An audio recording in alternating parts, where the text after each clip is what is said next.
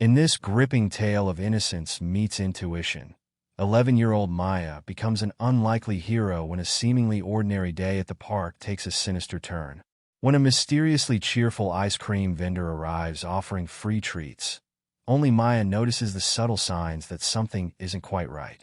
As children flock to the unmarked truck and her mother steps away for a work call, Maya must trust her instincts to protect not only her younger brother, but potentially every child at the park. What begins as a peaceful afternoon transforms into the first chapter of a chilling story that will test one young girl's courage, wit, and determination to expose a dangerous predator hiding behind a friendly facade. But before we dive into this story, tell us in the comments from where you're watching from today, and don't forget to like and subscribe for more stories like this. The afternoon sun cast long shadows across Riverside Park as Maya Thompson helped her little brother Jordan out of their mom's weathered Honda Civic. At 11 years old, Maya already carried herself with the composure of someone much older, her dark eyes constantly scanning their surroundings as Jordan bounced excitedly beside her. "Can we go to the monkey bars first? Please, Maya, please." Jordan tugged at the sleeve of her purple hoodie, his gap-toothed smile impossible to resist. Their mother, Carla, emerged from the driver's seat, still wearing her hospital scrubs from her morning shift at Metropolitan General. Dark circles rimmed her eyes, but she managed a warm smile as she watched her children. "Go ahead, you two. I need to rest these tired feet for a bit." Maya understood without being told. Her mom had been pulling double shifts lately, ever since Dad had moved out 6 months ago. She'd overheard enough late-night phone conversations to know money was tight, but Carla never let it show in front of the kids.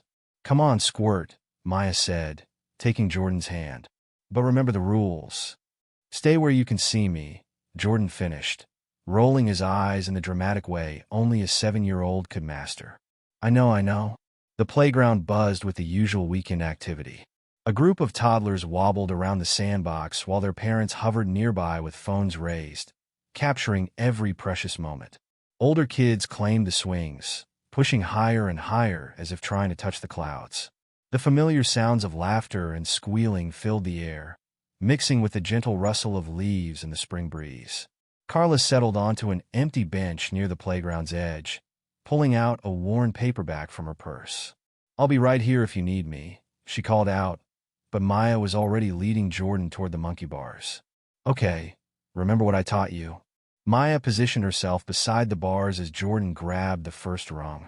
"Keep your arms straight and momentum is my friend," Jordan declared proudly, swinging forward. Maya walked alongside him, hands hovering just below his waist in case he slipped.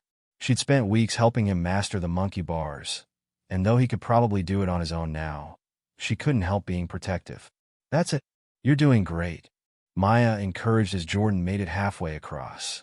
A particularly strong gust of wind rustled through the trees, carrying with it the distant, tinkling melody of an ice cream truck.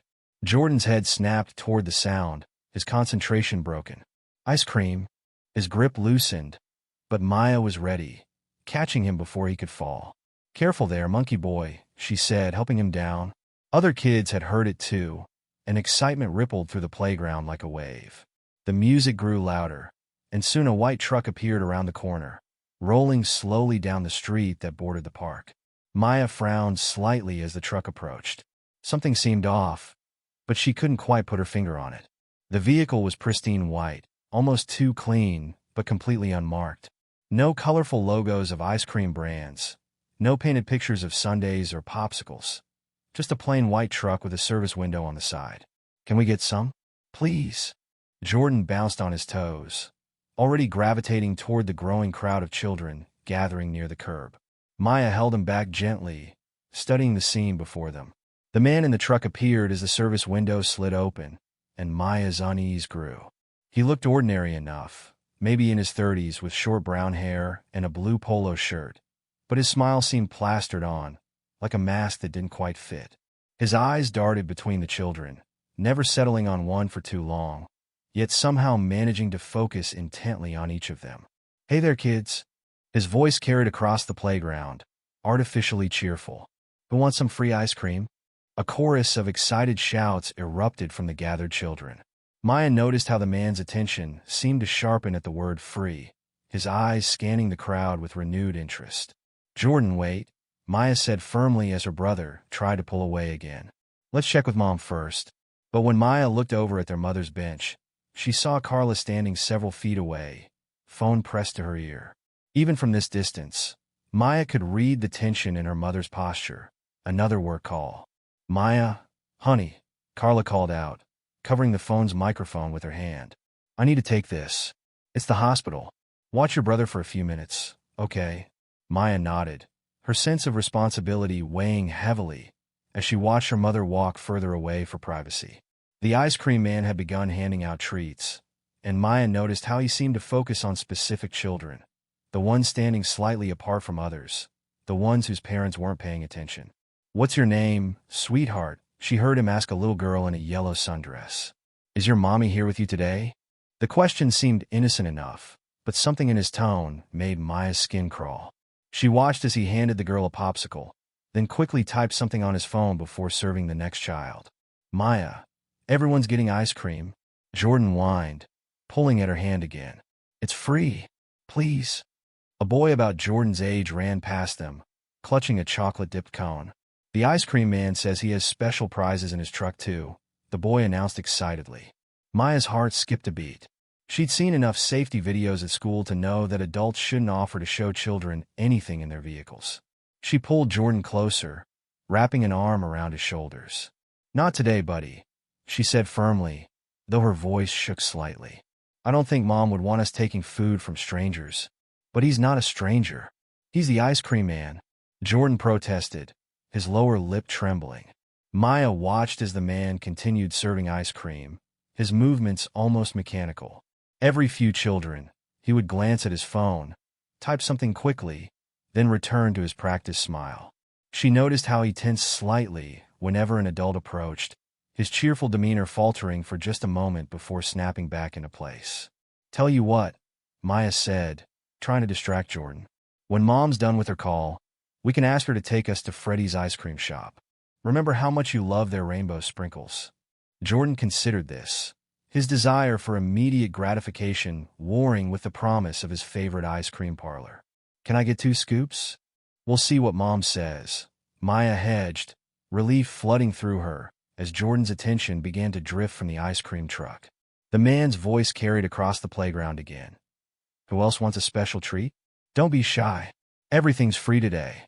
Maya watched as more children gravitated toward the truck, drawn by the promise of free ice cream like moths to a flame. She observed how the man's eyes lit up whenever a child approached alone, how his questions became more probing. "What's your favorite subject in school? Do you live nearby? Does your daddy work late?" Each question seemed casual, but Maya's stomach twisted as she realized he was collecting information, storing it away with each quick tap on his phone. She thought about the unmarked truck, the targeted questions, the offered prizes. Pieces of a puzzle she didn't want to solve but couldn't ignore. "Hey, look!" Jordan suddenly pointed toward the monkey bars. "I bet I can make it all the way across by myself now." Maya allowed herself to be pulled back toward the playground equipment, but she kept one eye on the ice cream truck. She positioned herself so she could spot any trouble while still spotting Jordan as he attempted to conquer the monkey bars solo. "Remember," she called out, "straight arms and momentum is my friend." Jordan laughed, swinging forward with newfound confidence. As Maya watched her brother navigate the bars, she couldn't shake the feeling that something was very wrong with the ice cream man. His presence felt like a shadow over the sunny afternoon, a dark current running beneath the surface of normal park activities. More parents had drifted away from the playground, drawn into their phones or conversations with other adults. Maya's mom was still deep in discussion about hospital schedules, pacing near a cluster of oak trees. The ice cream man continued his routine: serve, smile, type, repeat. With each passing minute, his questions seemed to grow bolder, his attention more focused on the children who strayed furthest from watchful eyes. Jordan made it across the monkey bars successfully, pumping his fists in victory. "Did you see that, Maya? I did it. That was awesome." Maya forced enthusiasm into her voice, trying to keep her growing unease from spoiling her brother's triumph. "Want to try again?" But Jordan's attention had already shifted back to the ice cream truck. A new group of kids had gathered, showing off their free treats. Maya, please? Just one ice cream? I'll be really quick. No, Jordan, Maya said firmly, her protective instincts flaring as she watched the man lean out his window, beckoning to a particularly young child. That ice cream truck. Something's not right about it. What do you mean? Jordan asked, his 7-year-old face scrunching in confusion. Maya struggled to explain her fears in a way that wouldn't frighten him. Well, you know how Mom always says we should be careful around strangers? Even if they seem nice. Jordan nodded slowly. And you know how the ice cream trucks usually have pictures all over them? Like the one that comes down our street? Another nod. This one doesn't have any pictures. No company name, nothing. And he's giving everything away for free, but keeps asking kids questions about their parents. That's not normal. Jordan's eyes widened slightly as he processed this information. Maya could see him comparing this truck to their regular neighborhood ice cream van, with its faded but cheerful decorations and familiar driver who knew all the local kids by name. But, Jordan began, but was cut off by a commotion near the truck. A small girl, maybe 5 or 6, was standing at the window, reaching for an ice cream cone. The man held it just out of reach, saying something Maya couldn't quite hear. The girl stepped closer, and Maya saw the man's other hand move toward the truck's door handle. Jordan, stay here, Maya commanded, her heart pounding. Don't move from this spot. Promise me. I promise, Jordan whispered, clearly sensing his sister's anxiety. Maya took a deep breath, knowing she needed to do something, but unsure exactly what. Her mom was still on the phone, and most of the other adults seemed oblivious to the subtle wrongness of the situation. She watched as the ice cream man continued his practice routine, but now she could see it for what it was, a performance designed to look normal while hiding something far more sinister. The afternoon sun continued to shine. The breeze still carried the sound of children's laughter, but Maya felt as though she were watching a different scene entirely. One where danger lurked behind friendly smiles and free ice cream, waiting for just the right moment to strike. Standing beside the monkey bars, Maya realized she couldn't ignore what she was seeing. But what could one 11-year-old girl do about it? As she watched the man check his phone yet again, typing rapidly while scanning the playground, Maya knew she would have to figure that out, and soon. Maya's heart pounded against her ribs as she maintained her position near the monkey bars, one hand firmly holding Jordan's while her eyes tracked the ice cream man's movements. The more she watched, the more obvious his pattern became. It was like seeing a spider weave its web. Methodical, patient, and deeply unsettling. A group of mothers chatted animatedly near the swings, their children playing together in a noisy cluster.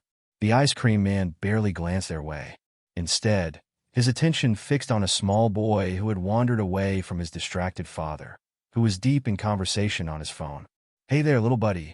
The man's voice carried across the playground, syrupy sweet. Would you like some ice cream? It's free today. Maya watched as the boy approached the truck, noting how the man's smile widened when he confirmed the child was essentially alone. Her stomach churned as she remembered the safety assemblies at school, where Officer Rodriguez had warned them about predators who specifically target isolated kids.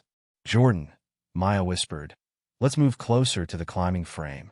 I can see better from there. Her brother nodded, still somewhat subdued by their earlier conversation about stranger danger. They relocated to the metal structure, which offered a clearer view of the ice cream truck, while providing enough cover that Maya didn't feel too conspicuous. A new girl appeared at the park, maybe 8 or 9 years old, wearing a red polka-dot dress and carrying a worn teddy bear. She stood uncertainly at the park's entrance, looking around as if waiting for someone. Maya noticed the ice cream man's posture change immediately, like a cat spotting a bird. Would you like some ice cream, sweetheart? He called out to the girl. What's your name? Sophia. The girl replied shyly, clutching her teddy bear tighter. But I'm supposed to wait for my big sister. She's coming from dance class. Maya's attention sharpened. The man's expression flickered for just a moment, something predatory in his eyes before the friendly mask slipped back into place. Well, Sophia, why don't you come have some ice cream while you wait? I have some special prizes in the back of my truck, too. Would you like to see them? Maya's blood ran cold. She remembered the missing children posters she'd seen on her mother's social media feed. Young faces smiling out from beneath bold red letters. How many of them had been lured away with promises of prizes and treats? Sophia took a hesitant step toward the truck, then stopped, uncertainty written across her face. Maya silently urged her to stay back, to listen to whatever instinct was making her pause. I don't know, Sophia said, shifting from foot to foot. My sister should be here soon. The man's smile tightened, almost imperceptibly. It'll just take a minute. I have some really cool toys back there. Brand new dolls, even prettier than your teddy bear. Maya couldn't stay silent any longer. She needed to test her suspicions, to prove to herself that she wasn't just being paranoid. Jordan, stay right here on the climbing frame where I can see you. Don't move, okay? I mean it. Okay, Jordan agreed, already occupied with trying to reach the highest bar. Maya took a deep breath and walked toward the ice cream truck, forcing herself to appear casual. She noticed how the man's expression changed when he saw her approaching, subtle but distinct. The warmth in his smile didn't reach his eyes. Hi, Maya said, trying to keep her voice steady. Could I get an ice cream? Where do you usually work? I've never seen your truck before. The man's fingers twitched slightly, and his eyes darted away from her face. Oh, all over. Different neighborhoods. Moving around keeps things interesting. Maya pressed further, watching his reactions carefully. But which ice cream company do you work for? Your truck doesn't have any logos. Just a small local business, he said dismissively, already looking past her to where Sophia still stood, uncertain. Nothing you'd know. Now, if you'll excuse me. Maya stepped back, her suspicions deepening. As she retreated, she heard him speaking to another child, a boy of about 6 who had wandered over. Actually, your mom asked me to take you home, the man was saying in a conspiratorial whisper. She had to run an errand and told me to pick you up. I've got some video games in the truck we can play on the way. Maya froze. She could see the boy's actual mother sitting on a nearby bench, absorbed in a book. The lie was so blatant, so dangerous, that Maya felt fear crystallize in her chest. The boy, thankfully, shook his head. No, my mom's right there, he said, pointing to the bench before running back to play. Maya watched as the man's friendly facade cracked for just a moment, frustration bleeding through. He pulled out his phone again, typing rapidly. Then he reached beneath the counter and produced a small notebook, jotting something down with quick, sharp movements. Looking around desperately, Maya spotted a mother she recognized from their neighborhood, Mrs. Patterson, whose daughter was in Maya's class at school. She was sitting alone on a bench, scrolling through her phone while her younger son played in the sandbox. Maya approached her carefully, trying to appear calm. Mrs. Patterson, can I talk to you for a minute? The woman looked up, smiling kindly. Of course, Maya. Is everything okay? Maya kept her voice low, conscious of not wanting to cause a panic. I'm really worried about that ice cream man. He keeps trying to get kids to go behind his truck to see prizes, and I heard him tell a little boy that his mom asked him to drive him home. But I could see the boy's mom right there on the bench. Mrs. Patterson's smile faded as she listened, her eyes moving to study the ice cream truck. Are you sure about what you heard? Yes, Maya insisted. And his truck has no company name, and he won't say where he works, and he keeps writing things in a notebook while watching specific kids. The woman's expression grew serious as Maya spoke. She sat up straighter, her attention now fully focused on the scene before them. That does sound concerning, she admitted, watching as the man continued to serve ice cream while typing on his phone between customers. A high-pitched giggle drew their attention. Sophia had finally ventured closer to the truck, though she still clutched her teddy bear like a shield. The man was holding out an elaborate ice cream sundae, topped with colorful sprinkles and a cherry. This is a special one, just for you, he was saying, his voice honey-sweet. But you'll have to come around back to get it. It's too fancy to pass through the window. Don't want to spill it. Maya's heart leaped into her throat as she watched Sophia take another step toward the truck. The man's eyes gleamed with triumph as he set down the sundae and began to move toward the truck's rear door. I still don't know, Sophia said, but her resolve was clearly weakening at the sight of the elaborate treat. It'll just take a second, the man assured her, his hand reaching for the door handle. Your sister won't even know you were gone. Maya couldn't wait any longer. She had to do something before Sophia disappeared behind that truck. But what? Her mind raced through possibilities as she watched the scene unfold, knowing that each second that passed could mean the difference between safety and tragedy. Mrs. Patterson was still watching, her brow furrowed with concern, but she seemed uncertain about what action to take. After all, nothing overtly criminal had happened yet, just a series of small, suspicious behaviors that added up to something deeply wrong.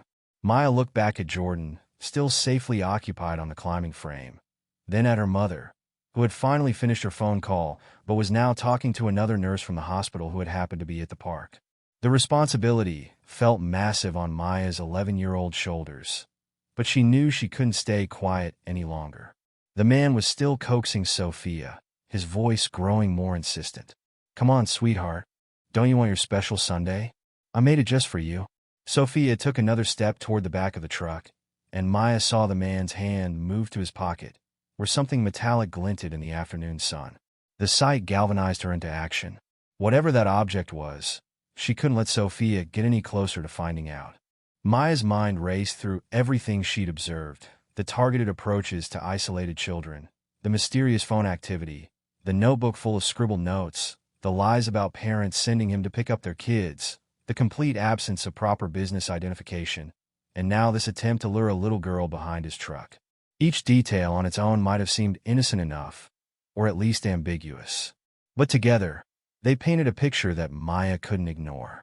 She thought about all the times adults had told her to trust her instincts, to speak up when something felt wrong. Well, everything about this situation felt wrong, and she could no longer stay silent. The man's hand was on the truck's back door now, his other hand still holding the sundae like bait. Sophia stood just a few feet away, her teddy bear dangling forgotten at her side, as she stared at the elaborate ice cream creation. Maya knew she had to act fast.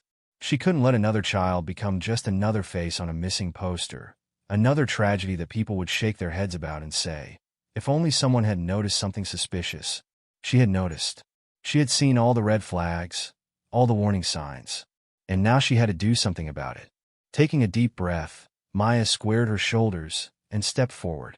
She might be just a kid, but she was a kid who had spent the last hour watching this man's every move, documenting his suspicious behavior, and connecting all the dots. She was a kid who had been taught about stranger danger and had paid attention. Most importantly, she was a kid who wasn't afraid to speak up when something was wrong.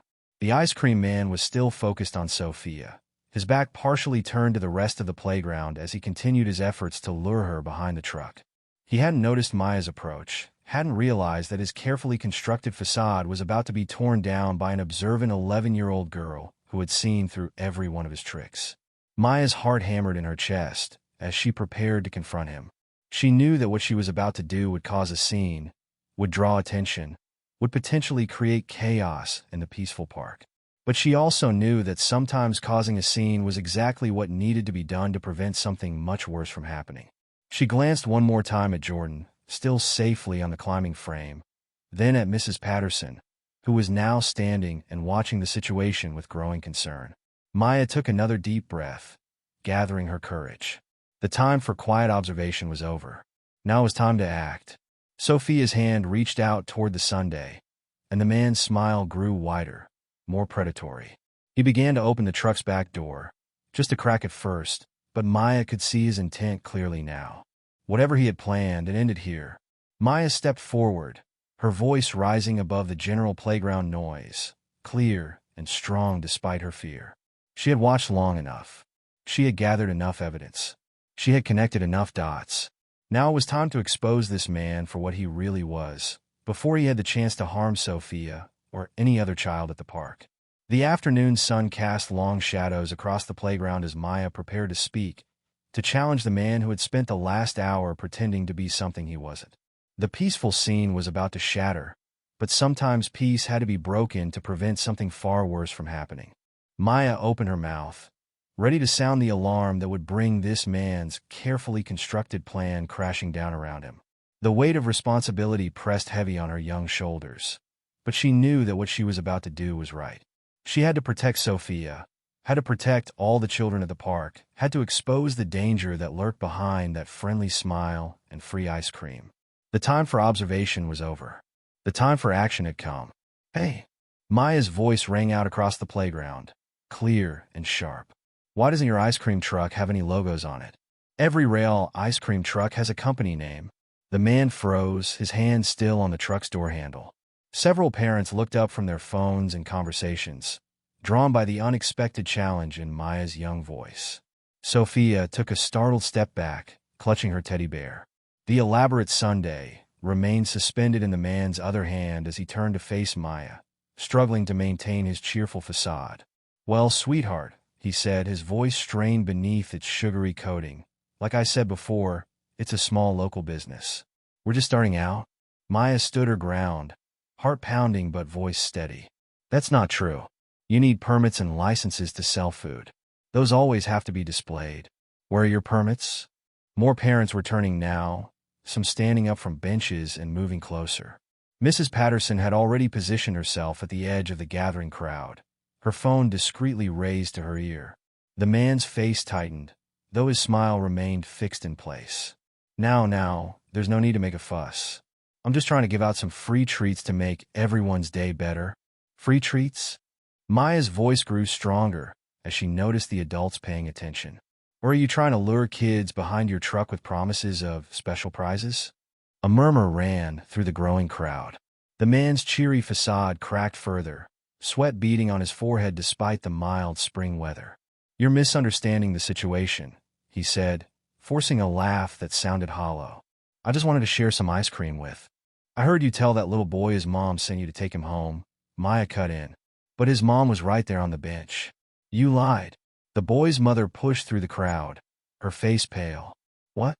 Someone tried to tell my son what?" The man's smile vanished entirely now, replaced by a nervous grimace. He set down the sundae and raised both hands in a placating gesture. "Now wait just a minute. This is all a big misunderstanding. This little girl is making up stories." "I'm not making anything up." Maya's voice grew louder, fueled by righteous anger. "You've been watching specific kids all afternoon. The ones who are alone or whose parents aren't paying attention. You keep typing things on your phone and writing in that notebook." More parents pressed forward, protective instincts awakened. Maya saw her mother pushing through the crowd, her face a mask of concern. "Maya? What's going on?" Carla called out. "Mom, he's been trying to get kids to go behind his truck." Maya pointed accusingly at the man, who was now glancing between his truck's cab and the growing crowd. "He doesn't have any proper business identification, and he's been asking kids personal questions about their families." Sophia, who had backed away during the confrontation, suddenly spoke up in a small, trembling voice. He told me to wait behind the truck for a special surprise. Said he had toys better than my teddy bear." A collective gasp rose from the gathered parents. Someone in the crowd shouted, "I'm calling the police." The man's face had lost all pretense of friendliness, his features hardening into something ugly and desperate. "You're all overreacting.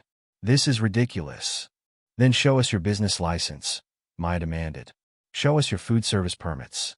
Prove you're really an ice cream vendor." Mrs. Patterson stepped forward, phone still at her ear. "The police are on their way. They'd like to check your credentials, sir." The man's eyes darted wildly around the crowd, looking for an escape route. Maya noticed his hand sliding toward his pocket again, where she'd seen the metallic glint earlier. "Don't let him reach into his pocket," she shouted. "He has something in there. I saw it shine in the sun." Several fathers moved forward, but the man was already lunging for his truck's cab. He yanked the door open and threw himself inside as parents shouted and tried to reach him. The engine roared to life, and the truck lurched forward, tires screeching against the pavement. Children screamed and parents pulled them back as the vehicle accelerated away from the curb, ice cream supplies tumbling from the serving window. In the distance, Maya heard approaching sirens, but she knew they would be too late. The white truck disappeared around a corner, leaving behind only a cloud of exhaust and scattered evidence of its presence. "Is everyone all right?" Carla called out, running to embrace Maya. "Jordan? Where's Jordan?" "I'm here, Mom." Jordan's voice came from the climbing frame. He scrambled down and ran to join his family, eyes wide with excitement and fear. Two police cars pulled up, lights flashing, but Maya knew the man was gone. Officers jumped out, quickly taking in the scene of agitated parents and frightened children. "He went that way," several people shouted, pointing in the direction the truck had fled. One officer immediately returned to his car to pursue the suspect, while his partner began questioning the crowd. Can someone tell me exactly what happened here? Parents began talking all at once, but Mrs. Patterson's voice cut through the chaos. This young girl, Maya, she saw everything. She's the one who exposed him. The remaining officer, a kind-faced woman with graying hair, knelt down to Maya's level. Can you tell me what you noticed about this man? Maya took a deep breath, fighting back tears of frustration. He was driving an unmarked white ice cream truck, no company logos or permits displayed. He kept trying to get kids to go behind the truck to see special prizes. He told one boy that his mom had sent him home, but it was a lie. He was typing things on his phone and writing in a notebook while watching specific children. The officer nodded gravely, taking notes. That was very observant of you, Maya. Can you remember what the man looked like? He was wearing a blue polo shirt, Maya recalled. Brown hair, kind of short, maybe in his 30s. He had a fake smile that didn't reach his eyes, and he got nervous whenever adults came close to the truck. Sophia's older sister had arrived during the commotion and now hugged her younger sibling tightly. Thank you, she called out to Maya, her voice shaking. Thank you for stopping her from going behind that truck. Maya's mother kept one arm around her daughter while holding Jordan's hand. I can't believe this happened right here in our park, she said. Maya, honey, how did you know something was wrong? I just noticed things, Maya said, suddenly feeling drained. Little things that didn't add up. The way he focused on certain kids, how he avoided talking to adults, the missing logos and permits. And then when he tried to get Sophia to go behind the truck, she shuddered. The officer finished taking notes and stood up. You did exactly the right thing, Maya. Your attention to detail and willingness to speak up may have prevented something terrible from happening today. More police cars arrived, and officers spread out to interview witnesses and search for evidence. Maya watched as one officer carefully collected the fallen notebook that the man had dropped in his hasty escape. I just wish we'd caught him, Maya said quietly, leaning against her mother's side. Hey, her mother said firmly, turning Maya to face her. You did something incredibly brave today. Thanks to you, we have a description of this man, his vehicle, and evidence from his notebook. The police will find him. Jordan tugged at Maya's sleeve. You're like a superhero, he said with complete conviction. But instead of a cape, you just use your brain. A small laugh escaped Maya despite her frustration. Around them, parents were gathering their children, holding them close, and having serious conversations about stranger danger. The first officer who had pursued the truck returned, looking frustrated. Lost him in traffic, he reported. But we've got the plate number from witnesses, and we're putting out an alert to all units. We'll find him. Mrs. Patterson approached Maya's family. I've already called the neighborhood watch. We're going to organize a meeting, make sure everyone knows what happened here today. The officer who had taken Maya's statement addressed the crowd. We'll need official statements from everyone who witnessed anything suspicious. But first, I want to acknowledge the young lady who prevented what could have been a tragic situation today. Maya felt her face grow warm as all eyes turned to her. She hadn't been trying to be a hero. She had just known she had to stop something bad from happening.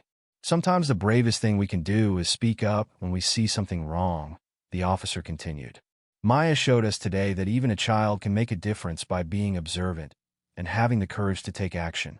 As the crowd began to disperse and the police continued their investigation, Maya took one last look at the corner where the white truck had disappeared.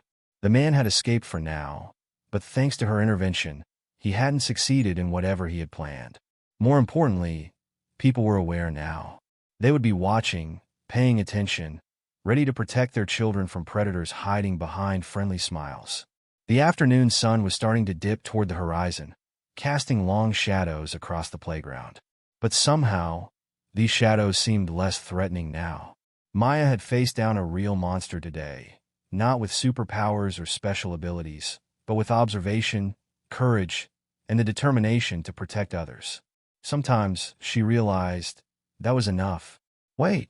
A sharp voice cut through the crowd's murmuring. Mrs. Chun, who taught second grade at the local elementary school, was pointing toward a cluster of scattered napkins near the curb. Look! He dropped something when he rushed away. Maya broke away from her mother's embrace and hurried over. There, half hidden beneath a crumpled napkin, lay a small black notebook. Its pages were ruffled from the fall, and a few loose sheets had scattered across the pavement. "Don't touch it," Officer Sarah Martinez called out, quickly pulling on a pair of latex gloves. This could be important evidence. Maya watched as the officer carefully picked up the notebook and the loose papers. Her hands trembled slightly as she opened it to the first page, and Maya saw her face grow pale. "Martinez," she called to her partner. "You need to see this." The other officer joined her, and together they began flipping through the pages. Maya edged closer, trying to catch a glimpse of what had disturbed them so much. "Times, locations," Officer Martinez muttered, her voice tight. "Descriptions of, oh God." Maya's mother placed protective hands on her children's shoulders, but Maya couldn't look away from the notebook. She caught glimpses of hurried handwriting, lists of dates, and what looked like carefully drawn maps. "There are children's names in here," the second officer said grimly. "Detailed descriptions of their routines, what time they usually come to different parks." A collective shudder went through the gathered parents. Sophia's sister pulled her closer, while other parents did the same with their children. "Maya," Officer Martinez said, looking up from the notebook, "you've already shown incredible observation skills today. Can you tell us everything you remember about this man? Every detail, no matter how small, could be important." Maya closed her eyes, trying to capture every detail she'd noticed during her careful observation of the ice cream vendor. He was wearing a blue polo shirt, not bright blue, more like the color of faded jeans. Dark brown pants, maybe khakis. His hair was brown too, cut really short on the sides but a little longer on top. He had a small scar near his right eyebrow. The officers exchanged impressed glances as Maya continued. His shoes were black work boots, but they looked new, not scuffed up like you'd expect from someone who works in a food truck all day. He wore a silver watch on his left wrist, and he kept checking it between customers. Oh, and he had a black phone case with some kind of pattern on it. I think they were little red squares. "This is excellent, Maya," Officer Martinez said, scribbling notes. "What about his behavior? Any particular patterns you noticed?" "He never made eye contact with adults, but he'd stare at the children when he thought no one was watching. His smile looked practiced, like he'd learned it from a book. When parents came close to the truck, he'd shift his weight to his left foot, like he was ready to run." Maya's mother listened in amazement as her daughter rattled off detail after detail. "I had no idea you were so observant," she whispered. "There's more," Maya said, warming to her task. "He kept his phone in his right pocket, but his wallet in the left. I could see the outline. And whenever he wrote in that notebook, he'd use his left hand, but he served ice cream with his right." The officers continued taking notes, occasionally exchanging meaningful looks. Finally, Officer Martinez closed her notebook and knelt down to Maya's level. "You've been incredibly helpful," she said gently. "But I need to be honest with you. Catching this man might not be easy. He was careful not to give anyone his real name or any legitimate business information." Later that night, Maya lay in bed, unable to sleep. The events of the day kept replaying in her mind. The man's fake smile, Sophia's hesitation, the metallic glint in his pocket, his desperate escape. Through her partially open door, she could hear her mother's voice in the hallway, talking on the phone. "I just can't believe it happened right in front of us, Claire," Carla was saying, her voice tight with worry. "If Maya hadn't been paying attention, God, I don't even want to think about it. No one else noticed anything wrong. We were all just going about our day while this predator was right there, watching our children." Maya slipped out of bed and padded to her desk, opening her laptop. Her fingers hovered over the keyboard for a moment before she began typing. "Recent child abduction cases, local area." The results made her stomach churn. 3 children had gone missing from neighboring counties in the past 2 months. The articles described similar circumstances: a friendly stranger, an offer of treats or toys, a moment of distraction. Maya clicked through news reports and police bulletins, her young mind connecting dots that adults might have missed. One article mentioned a white, unmarked van seen near a playground. Another described a suspect who gave out free candy to children. A third reported a man asking children personal questions about their families and routines. Maya opened a new document and began typing, organizing her thoughts. White vehicles, truck/van, with no markings. Offers free treats to children. Asks about family/routines. Takes notes/pictures. Targets isolated kids. Has prizes in vehicle. Left-handed but uses right hand for some tasks. Scar by right eyebrow. New black work boots. Watch on left wrist. Black phone case with red squares. The pieces were starting to fit together. Maya checked the timestamps on the articles. The incidents formed a pattern, moving steadily closer to their neighborhood over the past 2 months. Maya, her mother's voice made her jump. Honey, you should be asleep. Mom, look at this, Maya said, turning her laptop screen. I think the man from today might be connected to these other cases. Look at the descriptions, the pattern. Carla leaned over her daughter's shoulder, reading through Maya's notes and the articles she'd found. Her face grew increasingly concerned. This is really good detective work, sweetheart, she said finally. We need to tell the police about this right away. Despite the late hour, Carla called the police station. Officer Martinez was still on duty and listened intently as they described Maya's research. Actually, the officer said, we just got some potentially important evidence. The park installed security cameras last month after some vandalism incidents. We've got footage of the truck arriving and leaving, including clear shots of the license plate and the man's face. Maya felt a surge of hope. Really? Can you see the scar by his eyebrow in the footage? We can, Officer Martinez confirmed. And you were right about the phone case too, black with red squares. The technical team is going through the footage frame by frame. The license plate is partially obscured by dirt, but we can make out most of the numbers. What about his notebook? Maya asked. Did you find anything else in it? There was a pause on the other end of the line. We did, the officer said carefully. I can't share all the details, but the information you found about similar incidents in other areas. Let's just say it fits with what we discovered in his notes. After they hung up, Maya's mother insisted she try to get some sleep. But as Maya lay in bed, her mind continued to race. The man was still out there somewhere, probably already planning his next attempt. Would he change his appearance? Switch vehicles? Move to a different area? Through her window, Maya could see the streets of her neighborhood, quiet and dark except for the occasional passing car. Somewhere out there, a white ice cream truck with no logos was hidden away, waiting for its next opportunity. But thanks to the evidence left behind, the notebook full of suspicious plans, the security footage capturing his face and license plate, and Maya's detailed observations, the man's chances of succeeding were getting smaller by the minute. The night deepened, and across the city, police officers studied security footage and analyzed notebook entries. They sent Maya's detailed description to neighboring precincts, along with clear images captured by the park's cameras.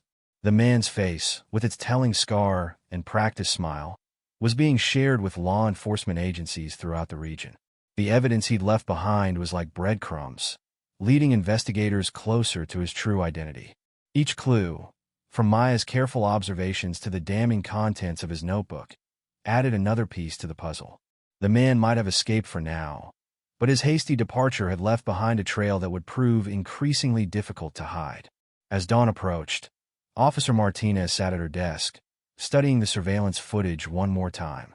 The camera had captured the exact moment Maya had first noticed something wrong, a split second where the man's friendly mask had slipped, revealing something dark and dangerous beneath. Thanks to one observant young girl and a dropped notebook, that dangerous truth was now exposed for all to see. The notebook lay sealed in an evidence bag at the police station, its pages full of dark plans never to be fulfilled. And somewhere in the city, a white ice cream truck sat hidden away, its unmarked sides now more conspicuous than any logo could ever be. The man had meant to leave no traces, but in his hurried flight, he'd left behind everything investigators needed to ensure his days of hunting children were numbered. A week had passed since the incident at Riverside Park. The story had spread through the neighborhood like wildfire, turning Maya into something of a local hero, though she felt uncomfortable with the attention. She'd lost count of how many parents had thanked her, how many times she'd had to recount what happened. Now she walked home from school with Jordan and 3 of their friends, Lily, Marcus, and Emma, taking their usual route past Oakwood Park. The younger kids were arguing about their favorite superhero movies while Maya half listened, her mind still occasionally drifting back to the events of that day. Batman could totally beat Iron Man, Jordan insisted, kicking a small stone along the sidewalk. No way, Marcus countered. Iron Man has better tech. Maya stopped dead in her tracks. The others continued a few steps before realizing she wasn't with them. Maya? Lily turned back.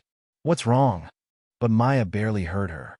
Across the street, partially hidden behind some trees near Oakwood Park's entrance, sat a familiar white truck. Her heart began to pound as her eyes registered the details. Still no logos. Still completely unmarked except for a fresh layer of dust that seemed deliberately applied to obscure the license plate. The man stood at the serving window, and Maya's blood ran cold as she recognized him despite his changed appearance. Gone was the bright blue polo shirt, replaced by a plain gray one that seemed designed to be forgettable. He'd cut his hair shorter and wore a baseball cap, but she could still see the telling scar by his right eyebrow. Guys, Maya said quietly, trying to keep her voice steady. I need you to walk normally to the corner and wait by Mrs. Garcia's flower shop. Don't run. Don't look scared. Just walk like everything's normal. Something in her tone made them obey without question. Even Jordan, who usually argued with every instruction, simply took Lily's hand and walked calmly away from his sister. Once they were safely out of sight, Maya pulled out her phone with trembling fingers and called her mother. Mom, she whispered as soon as Carla answered. He's back. The ice cream truck man. He's at Oakwood Park. What? Her mother's voice sharpened with alarm. Maya, get out of there right now. I'm safe, Maya assured her quickly. I made Jordan and the others go wait at the flower shop. But Mom, he's doing it again. He's wearing different clothes, but it's definitely him. I can see the scar. There was a brief silence. Then Carla spoke firmly. I'm calling the police right now. Maya, I want you to go join the others and wait. But Mom, what if he leaves before the police come? Like last time? Maya watched as two young children approached the truck. He's already trying to lure kids again. I can get pictures with my phone. Evidence. Maya, no. It's too dangerous. I'll stay hidden, Maya promised. I can't let him hurt anyone else. Her mother let out a frustrated breath. Do not go anywhere near him. Stay completely out of sight. I'm hanging up to call the police, but I want you to text me your exact location. Promise me? I promise. After ending the call, Maya quickly texted her mother her location, then crept closer to the park, using trees and parked cars as cover. Her phone was ready in her hands as she observed the scene. The man's routine was the same. Free ice cream, friendly smile, careful attention to children who seemed vulnerable. But there were slight changes too. He spoke more quietly now, forcing kids to come closer to hear him. And he seemed more rushed, more nervous, his eyes constantly scanning his surroundings. Maya's hand shook slightly as she raised her phone, zooming in as much as she could. She managed to get several clear shots of his face, including the distinctive scar. Then she circled around, using bushes as cover, until she could capture the truck's license plate. Someone, probably the man, had smeared dirt across it, but most of the numbers were still visible. A young boy approached the truck, and Maya's stomach clenched as she heard the man's words drift across the grass. Want to see something really cool? I've got some special games in the back. Maya quickly pressed record on her phone, capturing the interaction. She noticed how the man's right hand kept drifting toward his pocket, the same pocket where she'd seen the metallic glint last time. Her phone buzzed with a text from her mother. Police are on their way. Get out of there. But Maya couldn't make herself leave, not while that little boy stood so close to danger. She needed to keep recording, keep documenting everything until help arrived. The distant wail of sirens made the man's head snap up. His practiced smile vanished, replaced by a look of panic. The boy, startled by the noise, backed away from the truck. Maya's phone continued recording as the man slammed his serving window shut and lunged for the driver's door.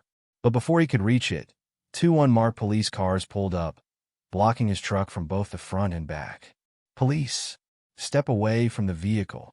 Officer Martinez's voice rang out as she emerged from one of the cars, weapon drawn. The man froze for a split second, then spun around and ran toward the park's wooded area. Two officers sprinted after him, while others secured the truck. Maya's heart pounded as she watched the chase. The man was fast, but the officers were gaining on him. He vaulted over a low fence, his hat falling off in the process, and disappeared into the trees. The sound of more sirens filled the air as additional police cars arrived. Maya could hear Officer Martinez coordinating with other units over her radio, setting up a perimeter around the wooded area. Maya! Her mother's voice made her jump. Carla ran up and grabbed her daughter in a fierce hug. Are you okay? Where are Jordan and the others? They're safe at the flower shop, Maya assured her, still clutching her phone. Mom, I got pictures. And video. You can see his face clearly and most of the license plate numbers. And I recorded him trying to lure that little boy to the back of his truck. Carla's face showed a mix of pride and exasperation. You were simultaneously the bravest and most terrifying daughter a mother could have. Officer Martinez approached them, slightly out of breath from running. Maya, your mother said you got photos? Maya handed over her phone, and the officer quickly scrolled through the evidence. These are excellent, she said. Clear shots of his face, the license plate. And this video will be very useful in court. A burst of static came from her radio, followed by an excited voice. We got him. Suspect is in custody. Relief flooded through Maya as she watched two officers emerge from the woods, leading the handcuffed man between them.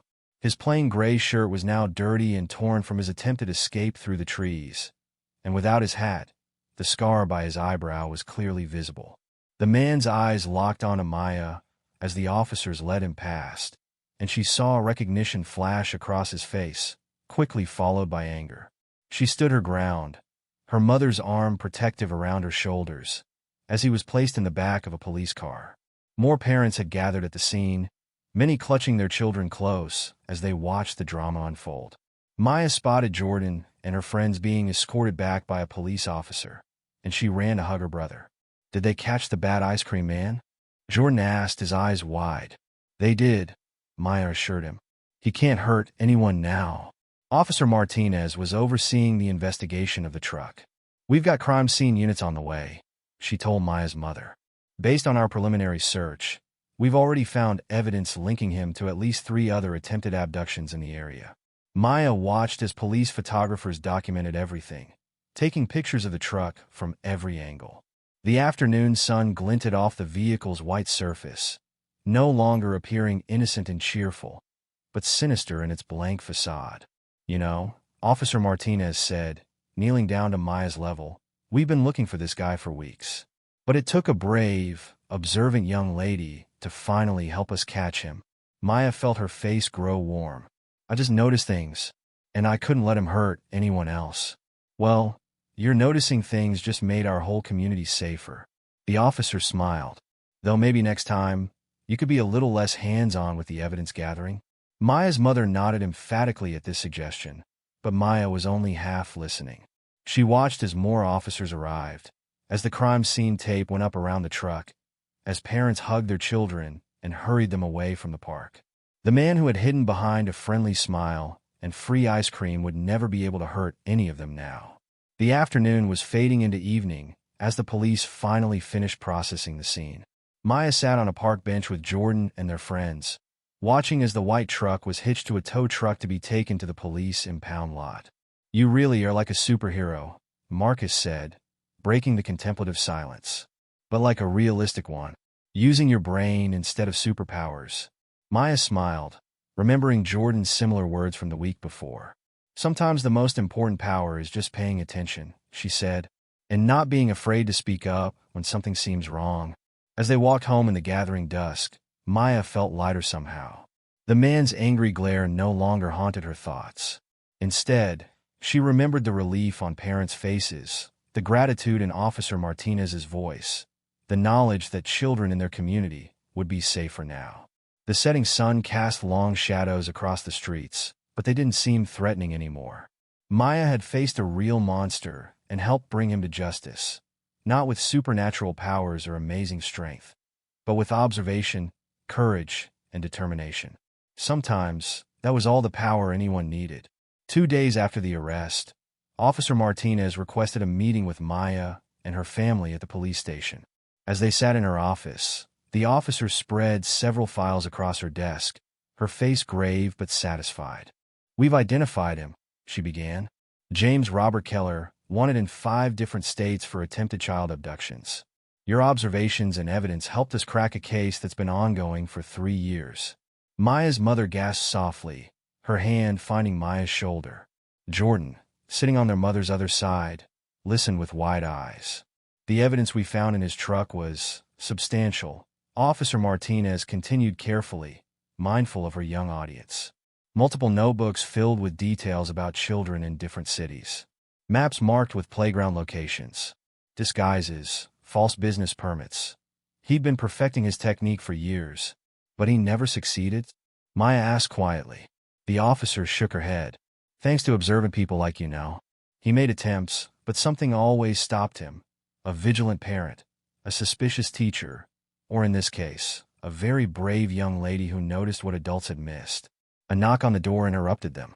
Another officer entered with a tablet, showing Officer Martinez something on the screen. The detective's eyes widened. We just got the full forensic report from his truck, she explained. There were photos and notes about at least 30 different children he'd been watching. But thanks to Maya's intervention at Riverside Park and her quick thinking at Oakwood Park, we caught him before he could harm anyone. The news spread quickly through the community. That evening, the local news station sent a reporter to interview Maya. She sat nervously in her living room, trying to smooth down her shirt as the camera crew set up. Just be yourself, the reporter, Ms. Chun, assured her with a warm smile. Tell us what made you suspicious that day at the park. Once the camera started rolling, Maya found herself relaxing as she recounted the story. It was lots of little things that didn't add up, she explained. No logos on his truck, no permits displayed, the way he avoided talking to adults but asked children personal questions. What would you say to other kids about staying safe? Ms. Chen asked. Maya looked directly into the camera. Trust your instincts. If something feels wrong, even if you can't explain why, tell an adult. Pay attention to details. And don't be afraid to speak up. Sometimes being brave means making noise when everyone else is quiet. The next day, the mayor announced a community meeting at the Central Park. As Maya arrived with her family, she was amazed to see how many people had gathered. Parents, teachers, police officers, and dozens of children filled the park. Sophia and her parents were among the first to approach Maya. Sophia's mother hugged her tightly, tears in her eyes. You saved our daughter, she said simply. When we think about what could have happened if you hadn't spoken up that day. Sophia, no longer the hesitant girl from the park, smiled brightly. I tell all my friends now, never trust strangers with ice cream, even if they seem nice. The mayor stepped up to a small podium that had been set up near the playground. Today, we're not just here to thank a brave young member of our community, she announced. We're here to learn from her example and make sure our children are better protected in the future. She outlined new safety measures being implemented in all local parks. Security cameras, emergency call boxes, and regular patrols by both police and trained community volunteers. Signs would be posted with safety tips and hotline numbers. Most importantly, a new program would help educate children about recognizing and reporting suspicious behavior. Maya showed us that sometimes the most effective protection comes from simply paying attention and having the courage to speak up, the mayor continued. Her actions not only prevented a tragedy in our community, but helped law enforcement catch a dangerous predator who had evaded capture for years. As Maya listened to the mayor's speech, she thought about how a series of small observations had led to such significant consequences. She hadn't done anything spectacular. She'd just noticed details that seemed wrong and refused to stay quiet about them. Officer Martinez took the podium next, addressing the gathered children directly. Maya taught us all something important, she said. You don't need superpowers to be a hero. You just need to be observant, trust your instincts, and have the courage to tell someone when things don't feel right. The community's response went beyond just gratitude. Parents organized neighborhood watch groups, coordinating with local police to monitor parks and playgrounds. Schools implemented new safety programs, using Maya's story as an example of how ordinary observation could prevent extraordinary harm. Maya found herself being invited to speak at school assemblies, sharing her experience with other students. At first, it felt strange being in the spotlight, but she soon realized the importance of her message. It's like putting together a puzzle, she explained to a group of elementary school students. One piece might not show you the whole picture, but when you put all the little details together, you can see when something's wrong. The local ice cream vendors, worried about children being scared of them, worked with the police to create an official certification program. Now all legitimate ice cream trucks displayed clear identification, permits, and security features that parents and children could easily verify. One evening, as Maya sat on her front porch watching Jordan play with neighborhood friends, her mother joined her with 2 ice cream cones from their favorite local shop. "Penny for your thoughts?" Carla asked, handing Maya a cone. Maya licked her ice cream thoughtfully. "I keep thinking about how different things could have been if I hadn't said anything that first day. All those kids he was watching. But you did say something," her mother reminded her. "And because you did, all those children are safe." Sometimes the biggest changes start with the smallest actions. Maya nodded, watching the neighborhood children play freely in their yards, their parents relaxed but alert. The new security cameras on the street corners were barely noticeable, but their presence, along with the increased community awareness, made everyone feel safer. "You know what the best part is?" Maya said finally. "It's not about me being brave or becoming some kind of hero. It's about showing other kids that they can make a difference too, that their voices matter." Her mother smiled, wrapping an arm around her shoulders. "That's what real heroes do. They don't just solve problems. They inspire others to be brave too." As the sun set on their neighborhood, Maya thought about all the changes that had come from those moments in the park. The man who had hidden behind a friendly smile and free ice cream was facing justice. But more importantly, an entire community had awakened to the importance of staying vigilant and speaking up. Sometimes the biggest victories come not from dramatic battles, but from simple acts of observation and courage. Maya had learned that lesson well, and now she was helping others learn it too. In the end, that might be the most important victory of all. What would you do if courage and quick thinking could save a life? Would you step up, or would fear hold you back? Share your thoughts in the comments below. Thank you for joining us on Maya's brave journey. Her story reminds us that even the smallest actions can make the biggest difference. If her courage inspired you, consider subscribing for more stories that celebrate resilience, humanity, and the power of doing what's right. Your support means everything as I continue to share stories that uplift and inspire. See you in the next one.